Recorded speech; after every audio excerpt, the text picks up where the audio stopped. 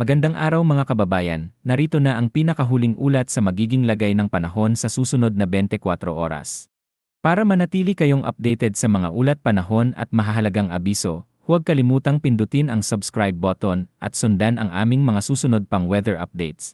Ang panahon po natin ngayong araw ay nagsisimulang uminit, ngunit wala pa tayo sa simula ng tag-init.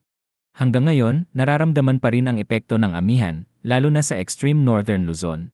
Subalit, unti-unti na pong humihina ang amihan at pinaliliit ng easterlies o hangin mula sa karagatang Pasipiko.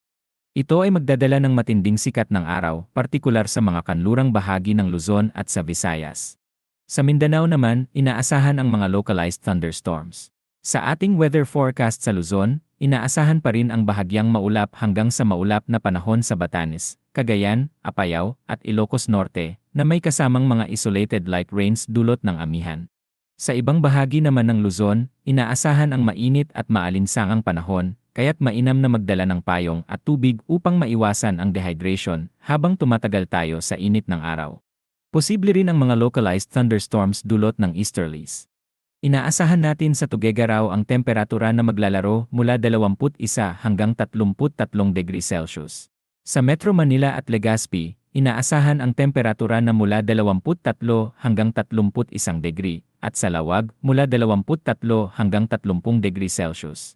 Sa Tagaytay at Baguio, mas malamig ang inaasahang temperatura, mula 20 hanggang 29 na degree, sa Tagaytay ay mula 15 hanggang 21 degrees Celsius. Sa Palawan, Visayas, at Mindanao, mainit din po ang panahon. Sa Zamboanga at Davao, posible po ang temperatura na maglalaro mula 23 hanggang 34 na degree Celsius. Samantala, sa Palawan, Visayas, at Northern Mindanao, ang inaasahang temperatura ay mula 24 hanggang 32 degree Celsius. Mahalagang tandaan na ang mga temperatura na ito ay hindi pa kasama ang heat index o ang damang init. Ang heat index po ay ang kombinasyon ng temperatura at kahalumigmigan na nagiging sanhi ng mas mataas na pakiramdam ng init. Sa Metro Manila, halimbawa, ang heat index kahapon ay umabot sa 33 hanggang 34 na degree, habang sa Cotabato City at Maguindanao, umabot sa 40 degrees Celsius. Dahil dito, mag-ingat po tayo sa matinding init ng panahon, lalo na po sa mga oras ng tanghali at hapon, upang maiwasan ang heat cramps, heat exhaustion, at heat stroke. Wala po tayong gale warning sa ngayon, kaya't ligtas po ang ating mga kababayan na maglayad. Wala rin po tayong nakikitang low pressure area o bagyo na posibleng mabuo sa loob at labas ng ating area of responsibility sa susunod na mga araw.